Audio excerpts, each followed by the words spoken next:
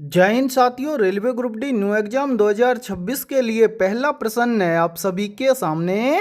नीचे दी गई श्रृंखला श्रेणी में प्रश्नवाचक चिन्ह के स्थान पर कौन सी संख्या आएगी। यानी कि ये पहला प्रश्न आप सभी के सामने सीरीज से संबंधित प्रश्न दिया गया है और आपसे पूछा गया है कि इस सीरीज में इस प्रश्नवाचक चिन्ह के स्थान पर कौन सी संख्या आएगी। तो इस टाइप के प्रश्न को आप एग्जाम में देखते हैं फटाफट से कैसे सोल्व करेंगे। तो वो देखिए आपको जब भी एग्जाम के अंदर सीरीज से संबंधित प्रश्न दिया जाए तो आपको क्या करना है। सबसे पहले आपको ये देखना है कि सीरीज में आपको क्या क्या दिया गया है। तो यहाँ पर ध्यान से देखिए, सीरीज में सबसे पहले दिया गया है 17 के बाद में दिया गया है 24 के बाद में दिया गया है 38 के बाद में दिया गया है 59 के बाद में दिया गया है 87 और 87 के बाद में आपसे पूछा गया है कि इस प्रश्नवाचक चिन्ह के स्थान पर कौन सी संख्या आएगी। तो यहाँ पर ध्यान से समझिए सीरीज को किस प्रकार से सोल्व किया गया है। तो यहाँ पर देखिए सीरीज में सबसे पहले दिया गया है 17 से कितना बन रहा है 24 से 17 से 24 कैसे बनेगा। तो यहाँ पर ध्यान से देखिए यदि हम 17 में क्या कर दें +7 कर दें तो 17 और 7 मिलकर बन जाएगा 24 से। फिर देखिए 24 से कितना बन रहा है 38 से 24 से 38 कैसे बनेगा। तो यहाँ पर देखिए यदि हम 24 में क्या कर दें +14 कर दें तो 24 और 14 मिलकर बन जाएगा 38 से। फिर देखिए 38 से कितना बन रहा है 59, 38 से 59 कैसे बनेगा। तो यहाँ पर देखिए यदि हम 38 में क्या कर दें +21 कर दें तो 38 और 21 मिलकर बन जाएगा 59। फिर देखिए 59 के बाद में कितना बन रहा है 87, तो 59 से 87 कैसे बनेगा। तो यहाँ पर ध्यान से देखिए यदि हम 59 में क्या कर दें +28 कर दें तो 59 और 28 मिलकर बन जाएगा 87। अब इसी प्रकार आपसे पूछा गया है कि 87 के बाद में इस प्रश्नवाचक चिन्ह के स्थान पर कौन सी संख्या आएगी।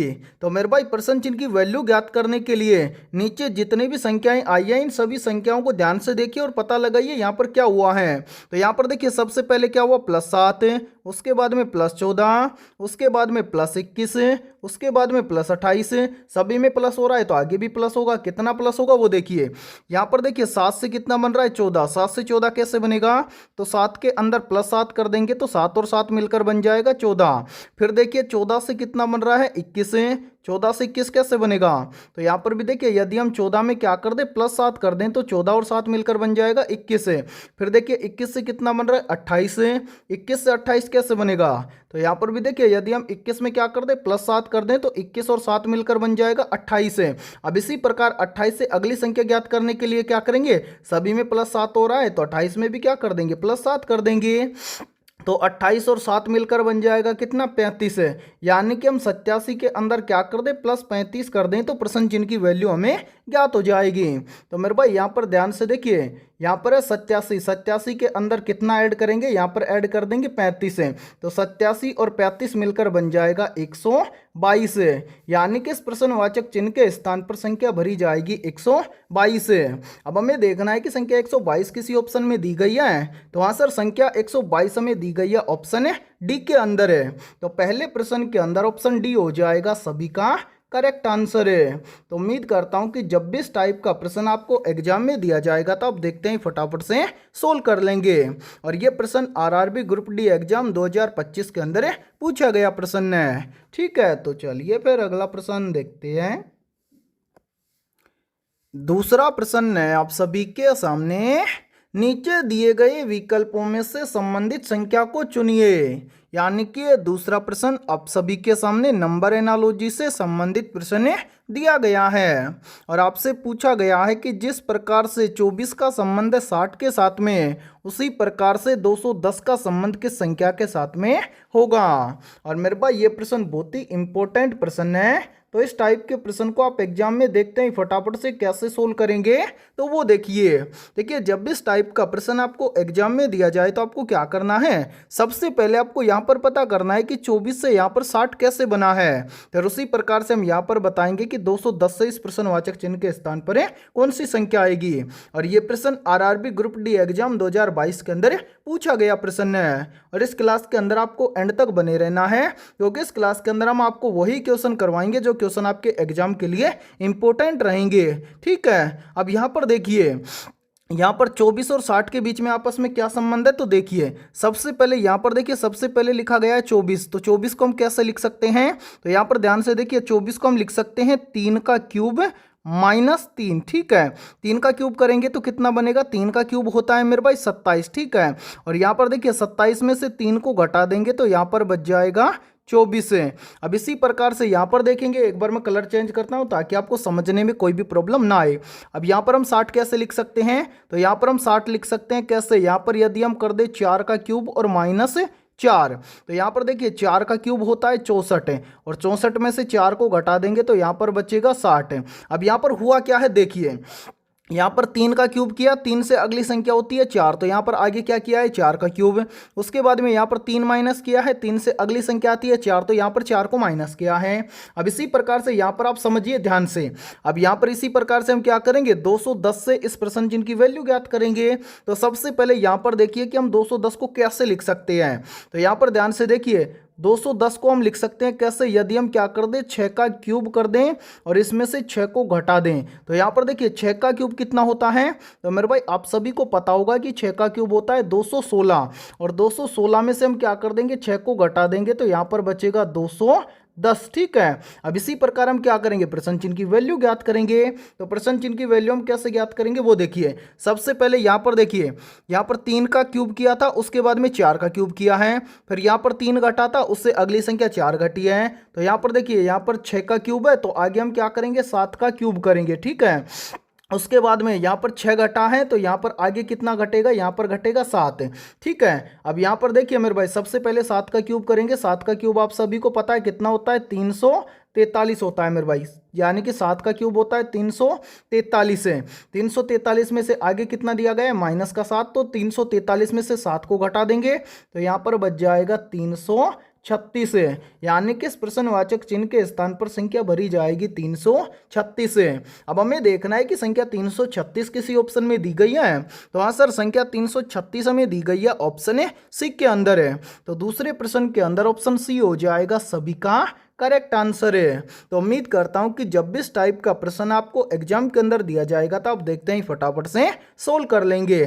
ठीक है, और इसी के साथ में देखिए आप सभी के लिए बहुत ही इंपॉर्टेंट सूचना है, यदि आप पहली बार के अंदर railway group D new exam 2026 को क्रैक करना चाहते हैं तो हमने आपके railway group D new exam 2026 के लिए ऑल सब्जेक्ट के ऊपर लगभग 25,000 प्लस रामबाण क्वेश्चनों का मास्टर पीडीएफ सेट तैयार किया है, और जितने भी अभ्यर्थी ये कंप्लीट मास्टर पीडीएफ सेट लेना चाहते हैं तो वो सभी अभ्यर्थी हमारे इस व्हाट्सअप नंबर पर कांटेक्ट करके इस कंप्लीट मास्टर पीडीएफ सेट को ले सकते हैं।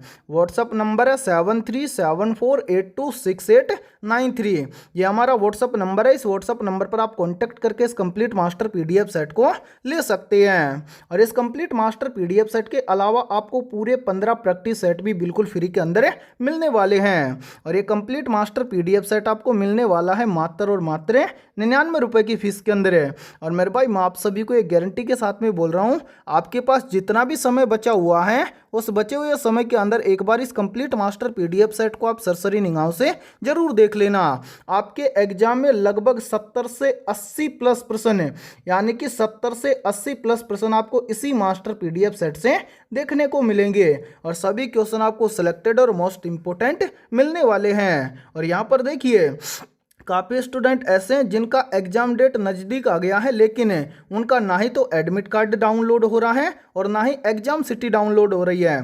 तो ऐसी जिनको भी प्रॉब्लम आ रही है वो सभी अभ्यर्थी हमारे इस व्हाट्सअप नंबर पर कांटेक्ट कर सकते हैं। यहाँ पर आपको आपका एडमिट कार्ड डाउनलोड करके दे दिया जाएगा। जो अभ्यर्थी ये मास्टर पीडीएफ सेट लेंगे उनको यानी कि उन सभी अभ्यर्थियों को जो एडमिट कार्ड मिलेगा वो बिल्कुल फ्री के अंदर डाउनलोड करके दिया जाएगा, और जो अभ्यर्थी मास्टर पीडीएफ सेट नहीं लेना चाहते हैं तो उन सभी अभ्यर्थियों को मात्र 20 रुपए की फीस पे करनी होगी, जिसके अंदर आपको आपका एडमिट कार्ड डाउनलोड करके दे दिया जाएगा। ठीक है, तो चलिए फिर अगला प्रश्न देखते हैं।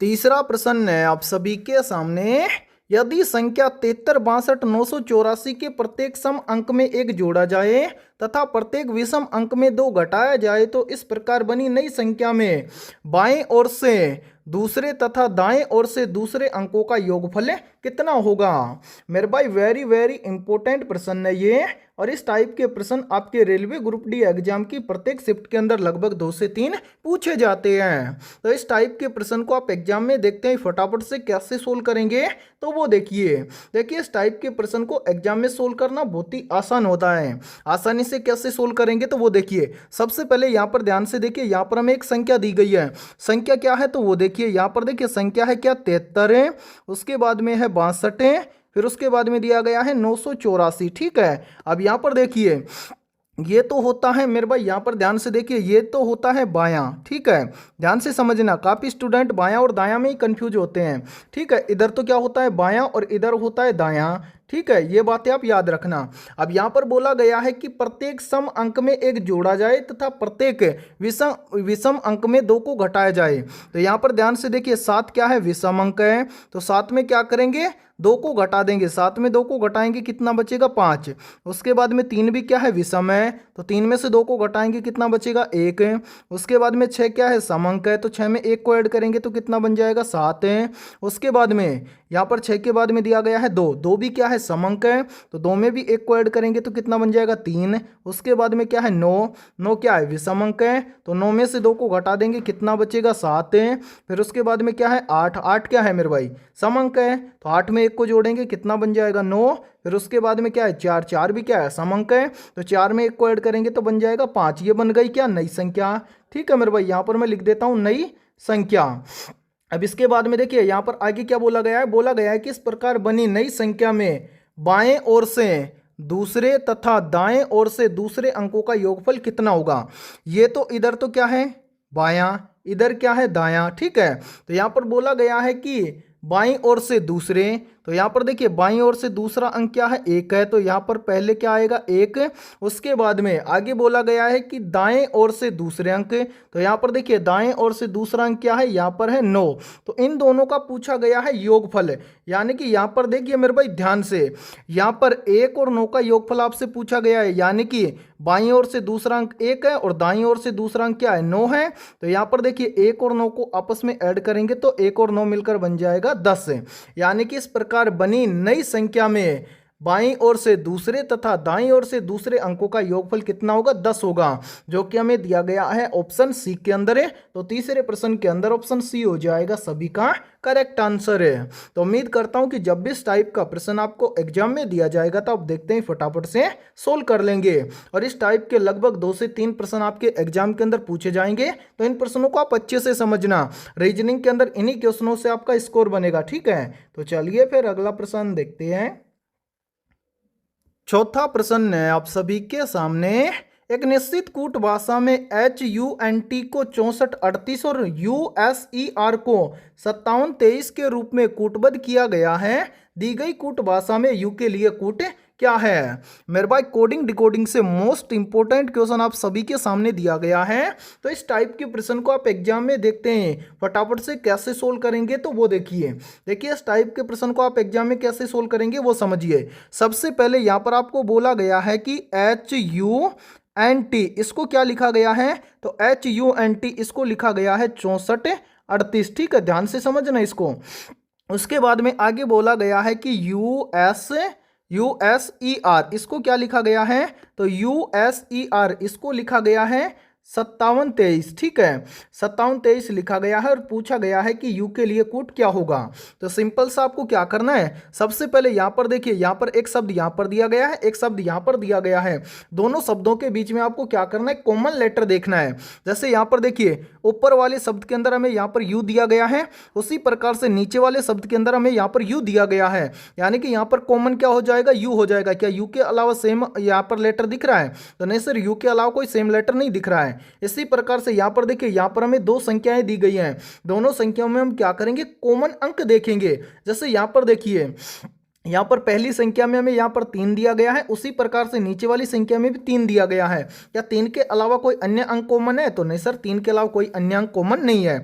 यानी कि यहाँ पर देखिए यू के लिए यहाँ पर भी कोड क्या है, 3 है, उसी प्रकार से यू के लिए यहाँ पर भी कोड क्या है, 3 है। तो यहाँ पर देखिए हमसे पूछा गया था कि यू के लिए कूट क्या होगा, तो यू के लिए कूट बन जाएगा 3।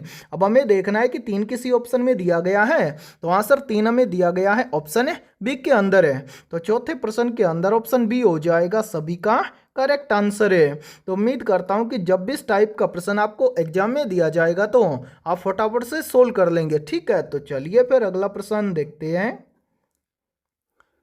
पांचवा प्रश्न है आप सभी के सामने, नीचे दी गई आकृति में लुप्त संख्या ज्ञात कीजिए।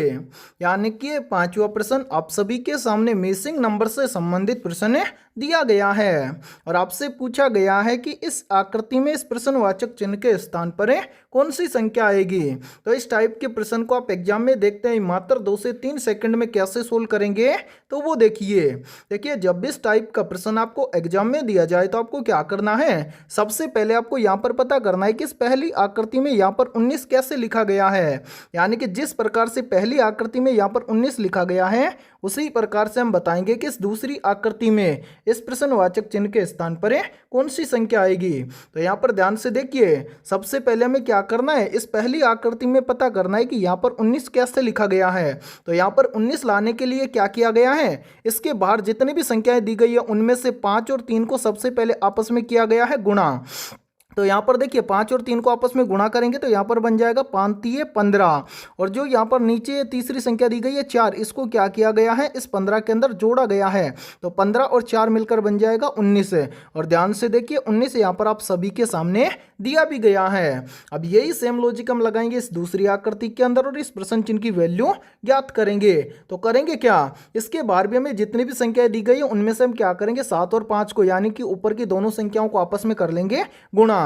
तो 7 और 5 को आपस में गुणा करेंगे तो यहाँ पर बन जाएगा 7 पंजे 35 है, और जो यहाँ पर तीसरी संख्या दी गई है 6, इसको हम क्या कर देंगे 35 के अंदर ऐड कर देंगे। तो यहाँ पर देखिए 35 और 6 मिलकर बन जाएगा 41 है, यानी कि इस प्रश्नवाचक चिन्ह के स्थान पर संख्या भरी जाएगी 41 है। अब हमें देखना है कि संख्या 41 किसी ऑप्शन में दी गई है। तो हाँ सर, संख्या 41 हमें दी गई है ऑप्शन डी के अंदर है। तो पांचवें प्रश्न के अंदर ऑप्शन डी हो जाएगा सभी का करेक्ट आंसर है।